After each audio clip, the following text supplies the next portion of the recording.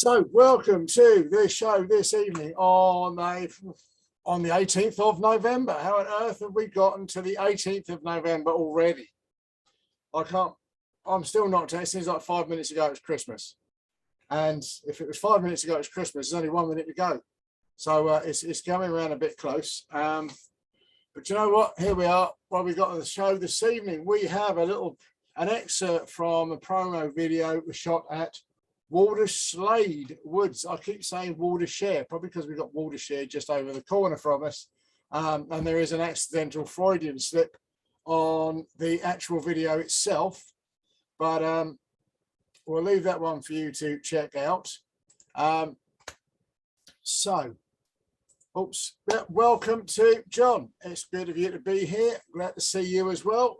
Boosting our numbers a little bit, which is dead cool. Anyway, so that's Walderslade Woods. We're going to follow that up. I've got a very impromptu video. And on the email, I said it was going to be about the root ball of trees. Well, it isn't, because the root ball video I had, I wasn't happy with. So I've got a little bit about yew trees instead. Rather like yew trees. I've even tried, an extra technique in my video armory, so to speak. So we've got that. Then fantastic books. We're going to have a little look at a book called Black Elk Speaks this evening. Black Elk Speaks is one of the most amazing books. There's a little preview of Black Elk Speaks. Tell you a bit more about that later. And then at the end, we're going to have part 2 of the Loch Glass series, obviously following part 1, which we had last week. And guess what we're going to have next week? Part 3. So we'll have that to finish off with. But anyway, let's crack straight on. Walderslade Woods. Now, can't say too much at the moment, but there's a real potential exciting possibility with Walderslade Woods. And I went up there last Saturday with Ross to have a look around. Now, you could actually say this is a part of Look for the Learning, yeah? And there's a part of that in the I allude to that a little bit in the video, but I'm just going to give you a bit more. Right? Just think how many times, and I think we've all done it, with a little bit of information, have you made a massive decision? More than once, probably. We all tend to do it.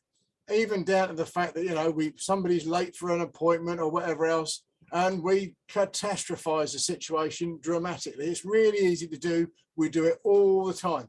And this is one of those classic situations. You see, I've been asked to go and was I interested in Walderslade Woods, and got the map location and looked at it on the map. And I thought, well, there's no woods there.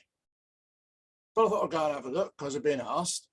And we went over there last Saturday and we got to the car park and we thought, there's nothing here. What's this all about? But you know what? Button it, Simon, which is what I had to do on a Saturday as well. And this is an excerpt from the video. The actual video is about 10, 11 minutes long.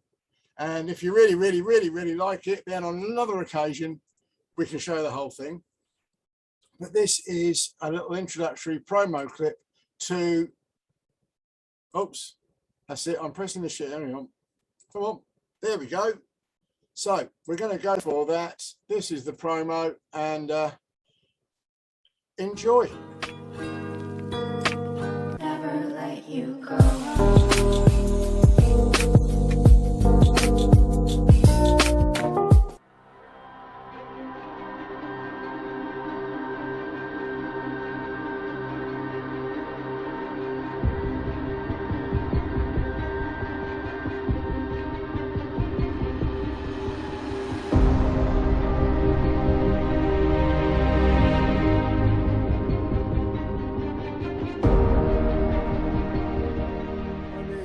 Walderslade Woods, managed by Hawksley Parish Council. This is one of those places that takes you by surprise. Been asked to come here and have a look and take a look around, and you arrive in the car park and you can see houses just the other side of it, and there's the M2 and another busy road just again behind the parish hall. and there's a building site going on just over the entrance road, and you think, I'm not sure what's here. but it's absolutely magical. We've come in, the first thing we saw when we turned a corner was a little kind of sort of scooter ramp, kind of old park. We turned another corner and there's meadow. It's open, beautiful meadow. There are glades, there's places to sit, there's places to be calm, there's places where you can get away from all that road noise. We've seen squirrels, we've seen jays, we've heard buzzards, seen magpies flying through.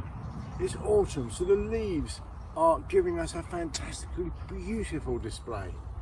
There's behind me, there's clematis, old man's beard, absolutely covering a tree and giving a wall of home to insect life. It's a real testament to those people that have volunteered here, looked after it and maintained it. There are beautiful paths. It's an absolutely fantastic resource. You really do need to come and have a look because this place is beautiful. We're going to show you some other places as we go.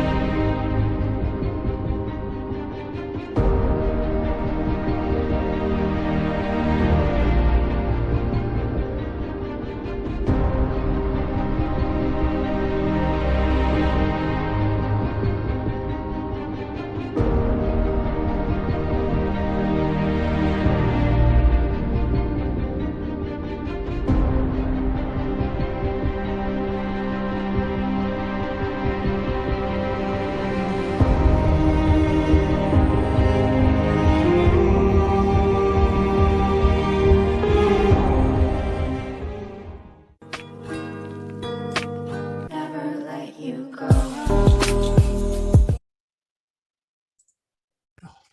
So there you go. I did say it was an edited excerpt. Walderslade Woods. It's amazing. You really quickly you get away from the road and the road noise just vanishes. It goes away. You know, when you're up against the edge of it and we were sort of saying, oh, it'd be great to have a fence along the side of this because we know with really decent fencing, and I'm sure you have walked across Rochester Bridge because it's the sort of thing that everybody does. But when you walk across Rochester Bridge, the first kind of like 7/8 of it have got a fairly open fence and it's noisy. But the last eighth has got a kind of perspex fence and the noise just drops off completely, considering you've got 6 lanes of motorway, kind of like within 50 yards of yourself. And we sort of thought, yeah, that would be the most important thing. But you know what? You don't have to go very far away from the road to find some really lovely, quiet, out of the way places. And as we said, we did see there was magpies and there was jays. We heard buzzards, saw squirrels, and they've got some great paths around there. There's 1 or 2 slopes that could possibly use with some steps maybe. And there's one place we saw which is absolutely crying out, make it a little bit secure, and it'll be a fantastic place to work with kids, have camps or sleepovers or sleep wild overnight, and it would be absolutely amazing to be able to take that on board and do that. So maybe that gives a slight hint, but as I say, there is a much bigger, longer video. I'm not quite sure when the world's going to get faced with that one, but at some point we'll get that one out there. But yeah, maybe when we've got the real news, then we'll put that one across. But yeah, it's cool. It really is a case of when you rock up to a car park and you're looking around you and you're thinking, there's nothing here. Actually get off the track, have a little nose around, have a mooch about, because it was only a tiny little path that we found, and we sort of like, we need to actually go and have a look at this because otherwise it's just a bit bonkers. So we did, and that was what we saw. Now, mentioned yew trees earlier. Yew trees were featured in several of our videos through the past. I went to Worth Churchyard yesterday. We had a meeting in Canterbury, and after that went over to Worth Churchyard. My mother's birthday was yesterday. She would have been 83 had she still been with us, and she's now been gone for 6 years, which is, I don't know, how should she be gone for 6 years? I mean, Anyway, so I went down to the churchyard to just spend some time sat there, say hello, have a bit of a catch up, a bit of a natter as you do. And as I walked past, there's a yew tree. And I don't wander around a yew tree, and as I'm prone to doing, went and had a bit of a hug, because I do like hugging yew trees, you know, because they're just amazing trees. Now, this is just a very, very quick edit of a video, which I threw together earlier, you know, a bit like a cake. And I'm just going to play it through. And the main reason I'm going to play it is I can't remember exactly what I said in it. And I don't want to say everything that's in the video and then play the video and say the same stuff again. So if I play the video first, then hopefully I won't say the same stuff again and I'll say something different, and that'll be even better. So here we go. Let's click the buttons and we'll get over to share screen. I'm working out how to do this stuff on the telly now, on the telly. Here we go. Never let you go.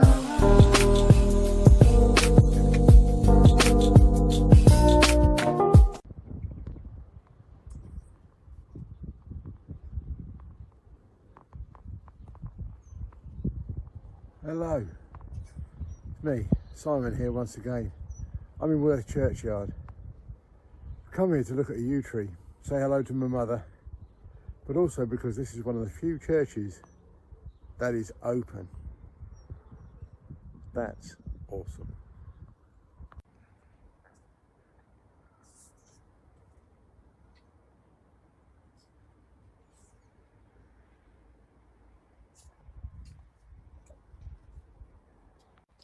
So this is a yew tree.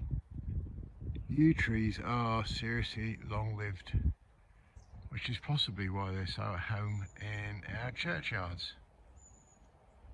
A tree that's shaped our history. We used to make longbows from them, and with those we won the battles at Crecy and Agincourt, and quite possibly we'd be ruled over by the French had it not been for the yew tree. The last tree in the Celtic Owen, and they're magnificent. But if we look at the trunk here, they kind of tie up with the churchyard. It's almost as if the organs, the pipes from a church organ, could be part of a yew tree. Look at all those wonderful lines as it rises. Never let you go.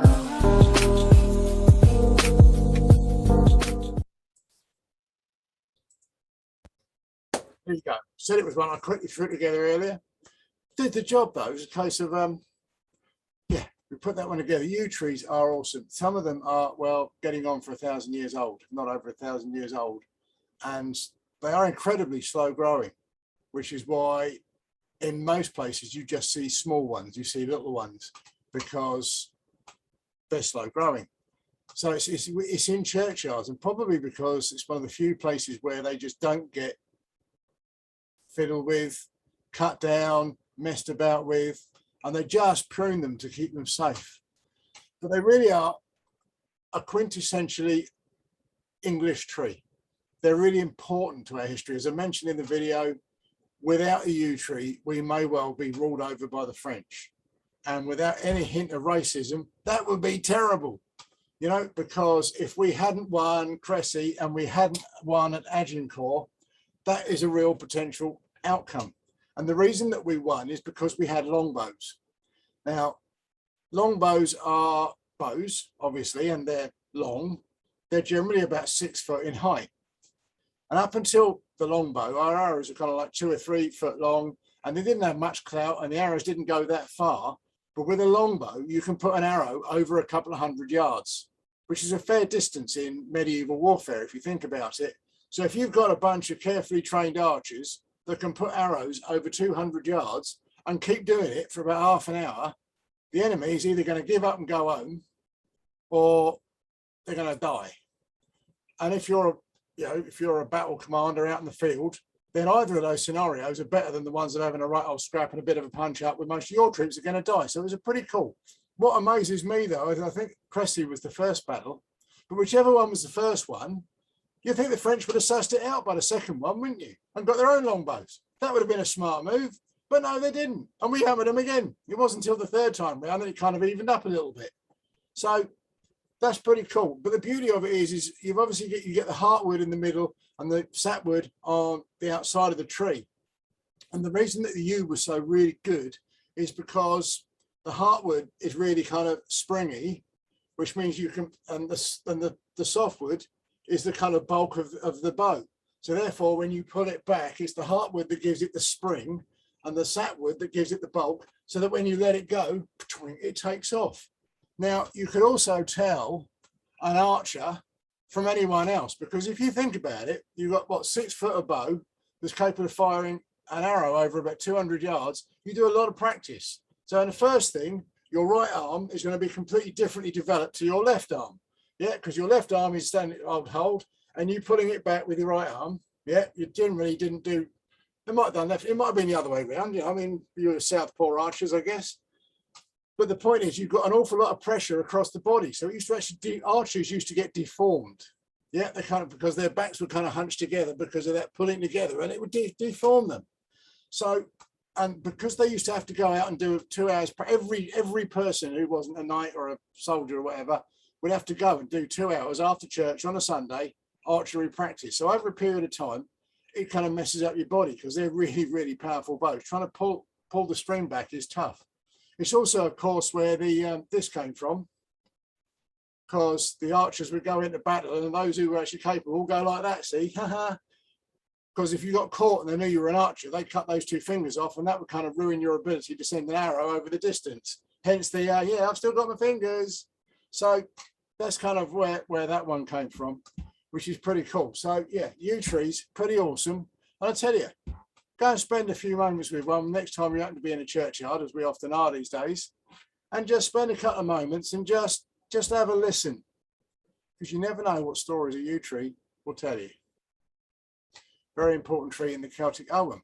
Anyway, talking of stories, I've always, there's loads of things I'm interested in, which is why it's really hard to be kind of completely properly focused. But I've always had a bit, well, actually mentioned it at the beginning of the view over the wall, but I always had a fair amount of, I suppose a lot of my interest in spirituality came from an interest in Indians. And that may well have come from, remember The Last of the Mohicans, Daniel Day-Lewis, amazing movie, possibly a spiritual masterpiece if you actually look at it and thinking about what they're saying. But there's a section in there where Hawkeye and Cora and our group of heroes are in a Mohawk graveyard because they know that they can go into there and the Mohawks who are chasing them won't attack them because it's a sacred space. And Hawkeye actually says to Cora, she's telling about how they believe that the earth was created and how we became to be here. And he says, when the sun and his brother, the moon, were born, their mother died. The sun then gave her body to the earth. And as we know, from there springs all life. From her breast, the stars were taken and cast into the night sky to remind him of her soul. And from there, we should remember those who have passed. It's fleeting, but the picture that it conjured in my mind was magical.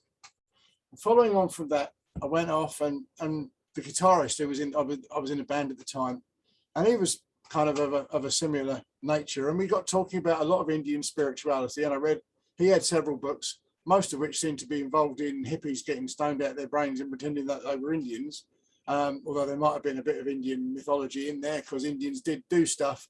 Because I remember, again, another movie at some point, they were saying it's really, really hard to deal with these people who think they're in the dream world when they're in this one, and they're in the real world when they're in what we perceive to be the dream world, which was a bit bizarre. But anyway, so we had a load of books there, but one of the books I got was called Black Elk Speaks. That's this one here. And Black Elk Speaks is basically the memories of what was then an elderly Sioux Holy man, medicine man, called Black Elk.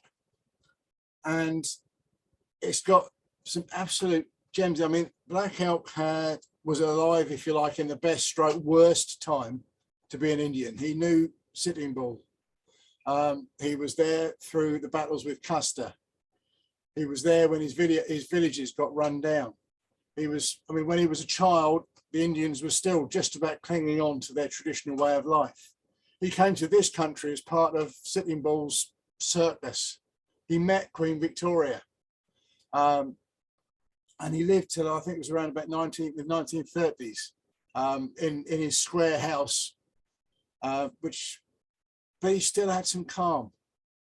And some of the wisdom that's in there, just the way that the Indians behaved, the way that they think, the way that he had visions, and he'd have visions. And as a holy man, his job was to receive these visions, interpret them, and then present them to his entire village.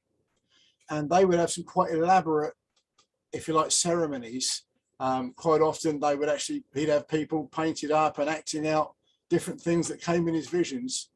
But the weird thing is when you read these, and it's very easy to go, oh, what a load of tosh. But it isn't, because the honesty that is in the text is just huge.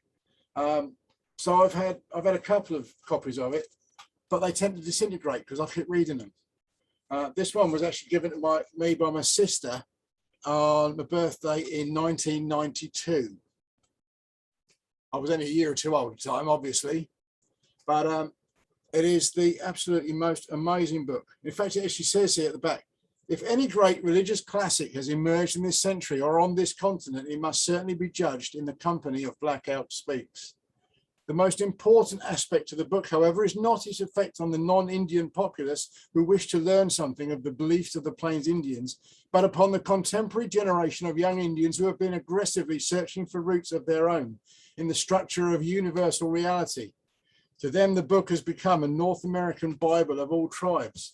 Now, if you think about it, that's vital, because you have, just as any person of any culture, you have a system of beliefs, you have a means of living, you have a means of entertainment, of community, of spirituality, whether you admit it or deny it or whatever else. Somebody else comes along, wipes out most of the people that are around, then bans you from speaking your language, then bans you from celebrating whatever you believe in the way that you believe is correct.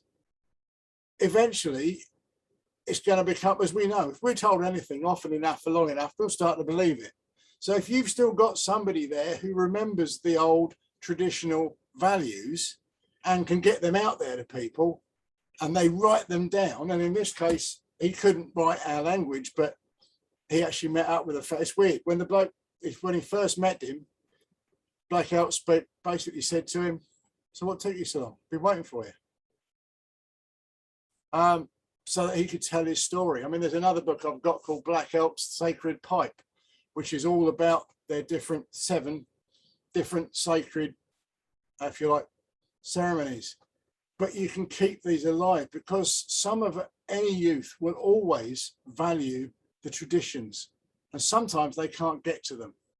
So if you've got those texts, and Black Elk Speaks is one of those, then that can help massively to keep indigenous native spirits alive, as well as provide it entertainment, let's be honest, but also a way or a view of what might have been, because I think the Indians were pretty brutal in many respects, might have been a better way.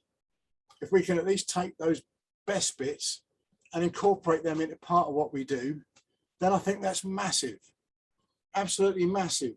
And if you like, that fed into The View Over the Wall, and that second chapter, which people keep saying is too big, is massive. I've had one fella say it takes such an emotional involvement, I can only read it in bits. But it fed an awful lot of that chapter, and for me, it was just another one of those small footsteps on the journey that I probably began somewhere around 1992, and I'm still on today. So yeah, cool. It's also another one of those, so like I said last week, the back of The View Over the Wall, it hasn't got a bibliography as such, it's got a list of books that I have read that either indirectly or indirectly contributed to the structure of the view over the wall, and Black Elk Speaks has been a massive part of that. So yeah, wanted to have a little bit of a waffle about that one because yeah, Simon likes to waffle. So anyway, we're going to move swiftly onwards. Oh no, nothing in the chat, so I won't address that. Loch Glass part 2. Last week we had the journey to Loch Glass, and this week we get the video that is the bulk of the section that is Loch Glass. Loch Glass is, for me, one of my favourite places in the world. It has a history, it has a mystery, it has an old world charm to it, which is kind of juxtaposed with the fact that there is a wind farm there, and they are deforesting it. You know, there are big swathes of pine, and you can see where they've been cut at various stages. But enjoy this one. And incidentally, if you missed last week's one, it went up on YouTube today. It's only taken me a week to get round to it, but I got round to it, so that's cool. So anyway, this is Loch Glass part 2. So I click on that one, click on that one.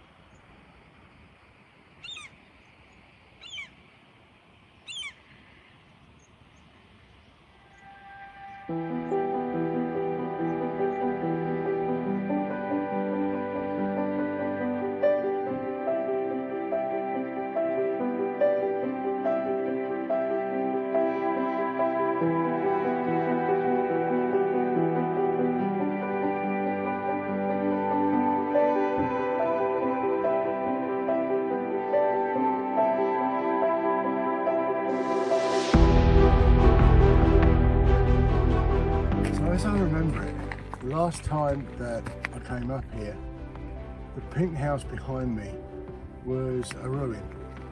I remember thinking, my God, that would be the most amazing place to have and live. Gillian said to me when we came up, could you live here? Yes, I could. You know, like anyone, I do need that meaningful human contact. But there's so much company up here, there is so much life. It'll take quite a while for me to get lonely, I think. But I'd not expected that house when we came up here to have been restored, renovated and painted pink. It's funny, when we were looking at pictures of Loch Glass before we came up, there was a pink house. And I'm like, can't be the one really, can it? But even more peculiarly, when we get up here, Gillian's been a member of a Facebook group about Scotland for a little while now, ever since she knew we were coming up. And you know, they've been using the pink house behind me as their cover page, which is even more bizarre. Don't change the fact though that Loch Glass is just timeless and beautiful and magic.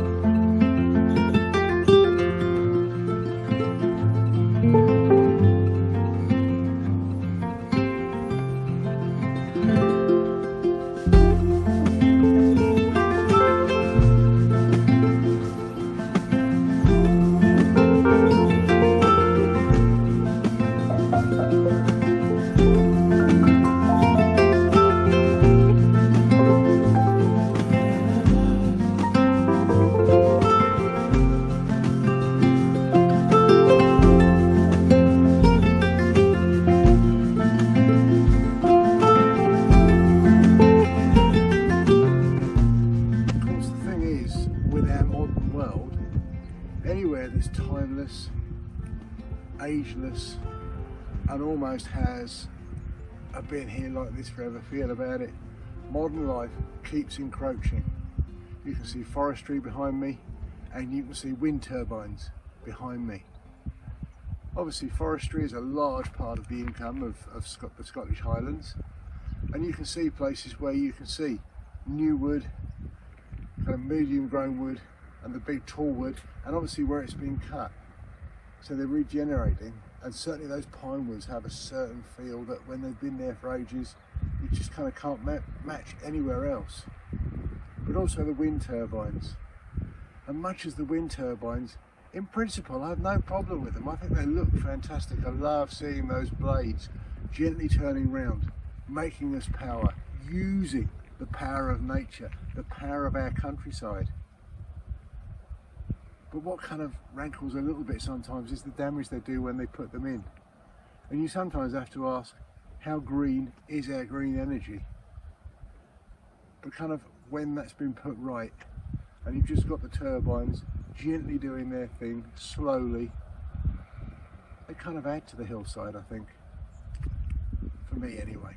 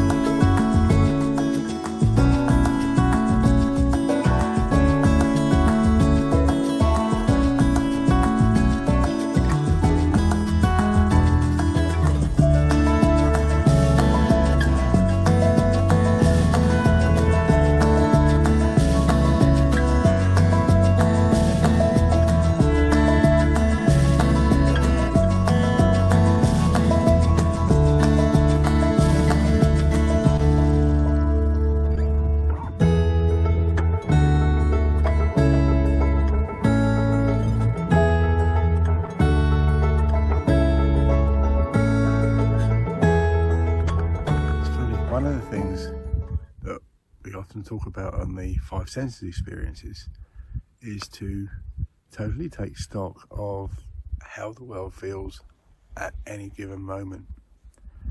And you know, sat here on the side of Loch Glass, and the sun's just come out, and the temperature has quite noticeably risen several degrees. The breeze is fluctuating between just enough to properly keep the bugs off, and occasionally not quite enough. But you know, even the bugs, somehow if you keep them off your face, aren't the issue that we like to think they are. Watch them crawling around on my legs. The way the sun glints off the lake is just beautiful. The air is fresh and it's clean. And to just take note of all of those little differences just makes the day more, or this moment, more than it was possibly before. Yeah.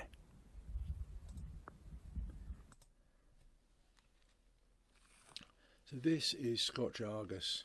It's a small ringlet butterfly, typically found on mountainsides and moorlands. They like to spend a large amount of their time on grasses, thistles, scabious and knapweeds. Really beautiful little butterfly.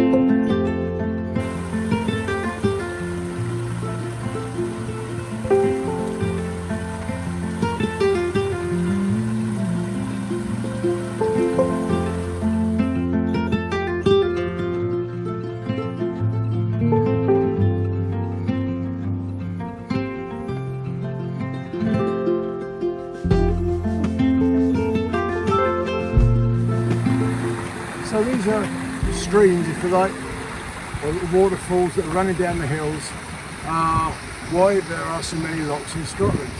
Because if you think about it, all of these mountain ranges effectively are big kind of bowls, big catchment areas for all the water. And as you walk along the track alongside Loch Glass, there are many of them. And even though it hasn't rained for a couple of months, with the exception of yesterday, there's still a lot of water running down the hills into those lochs.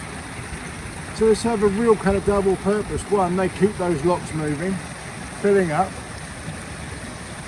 The lochs then obviously provide water to the rivers that run down towards the sea.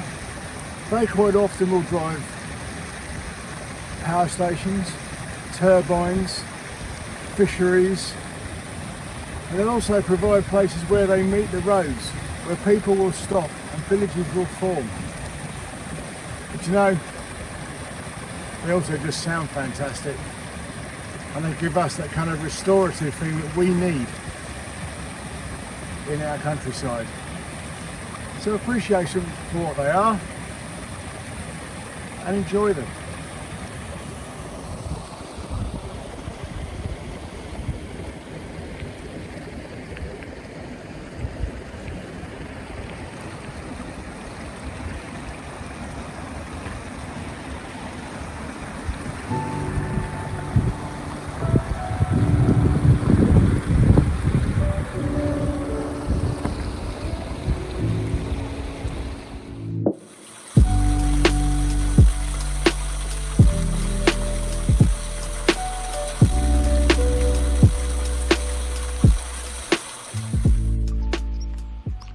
These are stone chats, and if you listen in a moment, you'll probably be able to hear why.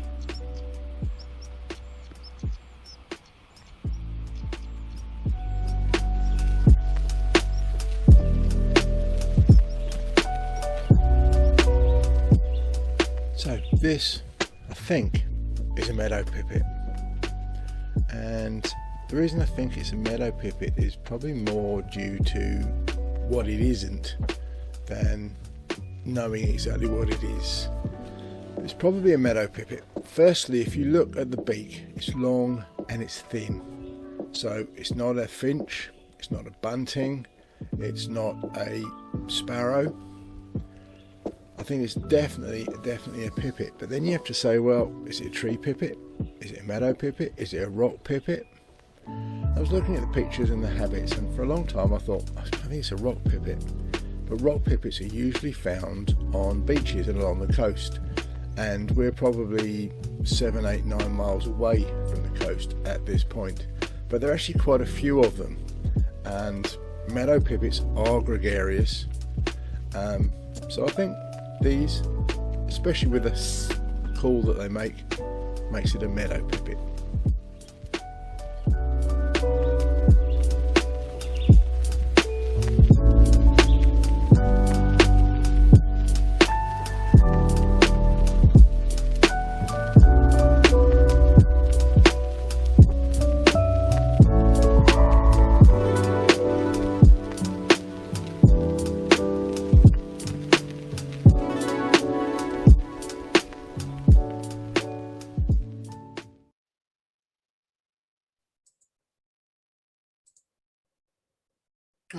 So there you go. That was Loch Glass. And yeah, hopefully it came across. I'm rather partial to the place. But it was an amazing day. And if you'd clocked the beginning of the video, the weather was a bit murky, but it just got better. And one of the things you'll have heard me say over and over again is how it's amazing how often the weather actually plays ball and does what you want. It really is. If you like, we'd been going to go up the day before and we got up there and we couldn't quite work out where we go in. And if you remember last week, there was the gates on the video and they weren't there when we went the first time. You just drive almost up to the loch. And we turn around and the heaven's absolutely open. So we went and spent a rainy day on Loch Ness. And that gave us a really lovely day on Loch Glass. But what's next week in episode 3, we have a very up close and personal meeting with a bunch of animals that used to roam this country quite freely until we wiped them out. So it's really good job that we're starting to bring some of them back. I'm not going to tell you what they are because that adds an element of surprise and suspense, and with a bit of luck that will keep you so engrossed that you're going to come back next week because you need and want to know what they are. But that was pretty cool. We didn't kind of quite believe what we were until we actually saw them, and then we realized how close they actually were. And yeah, that was really, really cool. So anyway, that's that one. So that brings us almost to the end of today's show. And you know what? Well, we started a little bit late, but we've run over again. Probably because Simon can't stop talking. But I hope you've enjoyed it. We have, if you can spread the word, there is one 5 Senses walk left this year on the 30th of November. And we'd like to get a few people out on that one before we hit the ground running in 2022, where we officially, kind of the circle officially comes to an end and Simon Pollard as the brand officially takes over. The website will be overhauled and should be absolutely brand spanking instead of the kind of cumbersome dinosaur that it might be at the moment. So that'll be pretty cool. And yeah, I think we've already said that the English heritage thing is coming together. So that's really exciting. And we've got 2 or 3 other things in the pipeline, one of which we've alluded to, and the other one with which I'm sure we'll be going public with soon. So do you know what? The whole world's got to be exciting. And if it isn't exciting, we're not doing something we should be doing because we're in here long enough to be miserable, I reckon. And there's another one I can tell you about that. But you know what? It's now 18 minutes past 8. And a show that's supposed to finish at 8 o'clock. Do you know what? So people said it ain't long enough. And do you know what? It's getting longer and I ain't even planning it. So there you go. So thank you so much for rocking up tonight. It's been fantastic to see you. I'm going to be logging off now and turning off the recording, and I'll see you all very, very soon. Thank you and goodbye.